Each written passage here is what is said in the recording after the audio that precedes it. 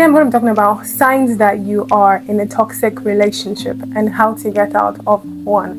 Hello, welcome back to my YouTube channel. If you are a returning subscriber, thank you so much for sticking to this channel. And if you're just seeing me for the first time, hello you.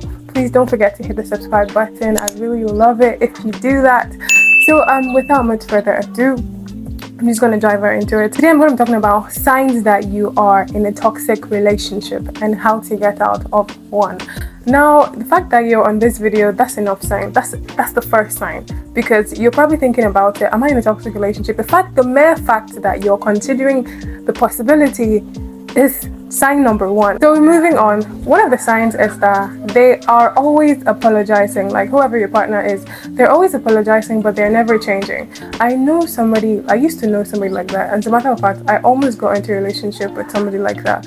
Like he would always apologize. This person, he's the best in apologizing. Like if it comes to kneeling down and crying, this person knows how to do that. But you see, to change, he never ever changed. Although according to him, he went to therapy. Like he was in therapy, but even after he came out of the therapy, he did not ever change. He was still the same toxic. Is there another word to describe the depth? If on a scale of 1 to 10, this person was 11 in terms of toxicity. So yeah, that's the first sign. They know how to apologize. They're the best apologizers, but they do not ever change. So the second sign is you guys fight at least 5 days in a week. Let's say Monday is good, Tuesday you guys are fighting, and the fight extends to Wednesday, Thursday, maybe Friday you guys apologize, but then Saturday you guys go back to fighting. Like you guys are always fighting back to back to back to back. And the reason for those fights is because, like I said, they apologize, but they do not ever change. So because they don't change, it triggers you again to want to talk about something they did. And they don't change. They would apologize, but they do not change. So like I said, first sign, the person always loves apologizing, but they don't ever change. Second sign, you guys always fight back to back. If you've already checked these two things, chances are really high that you may be in a toxic relationship. So the third sign is you are the one who always does something wrong.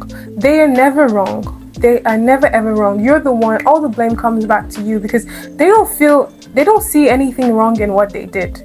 Do you understand? You're probably the one who does not understand them. So because you don't understand them, you're always complaining, and they don't see anything wrong in what they did. And that now triggers you to become angry, leading back to the cycle of why you guys are always fighting. Fourth, but not the least, there are other plenty signs. I picked out these ones from the person I was talking about earlier. The fourth sign is all of their exes are bad people. All of their exes cheated on them. All of their exes are horrible. They're mean. They did something wrong. They never did anything wrong to those exes. The fault always goes to those exes, because those exes, they are evil. They're bad people. If you've checked all of these 4 boxes, chances are you're probably in a relationship with somebody who is toxic as fuck, and you need to get out. So then, how do you get out of a toxic relationship? The thing about toxic relationships is that it is addictive. It's like a high. Do you understand? Because maybe you guys really have great chemistry. So every time you guys fight and then you come back, it's always so passionate, and all of that. But this is why it's extremely hard to come out of a toxic relationship. Is it doable? Yes, it is. But is it hard? Yes, it is extremely hard. But the thing is, how much do you value yourself as a human being? Because if you don't have, yes, it's easy to say, oh, come out of that relationship. Oh, don't you know he's toxic? Oh, the toxicity. It's easier said than done, but it's doable. And you can start by just detaching yourself from this person. That's what I did, at least. I just started detaching myself from this person day by day. I won't call like I used to. I won't pick up like I used to. And before I know, I wouldn't even want to go and see them like I used to. Before I know, it was easier. Like it started getting easier to let go. Do you understand? Like only talking once in a week. Before you know, even like incommunicado. Even when they complained, oh, you don't need to talk. You don't call me like you used to.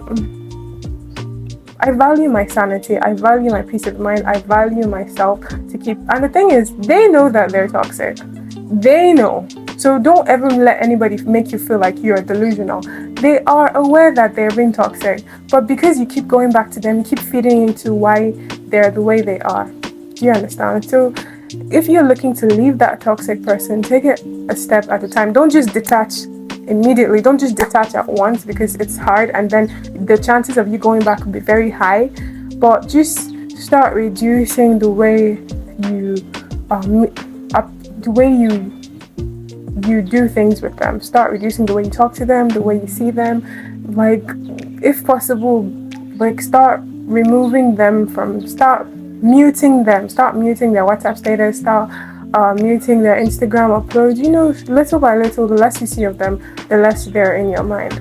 And yeah, that's it. So I hope this helps you.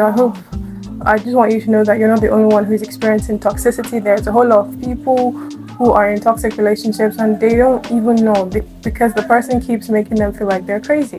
So because you know that you're not crazy, that's why you're watching this video. And I hope that you're able to come out of that. And most of these things often leave you traumatized. So if you need to see a professional to talk about stuff, by all means, go and see a therapist, okay? So yeah, thank you so much for watching this video. Please, I'd really love it if you subscribe to my channel. It really means a whole lot to me. And like this video, because I know you like this video, that's why you're still here. And don't forget to check out my other videos regarding stuff like this, especially, I think the last one I posted, especially if you're a guy and you have issues knowing how to DM girls on Instagram, you should check out the last video I posted. Okay guys, so that's all for now. Until my next video guys, bye.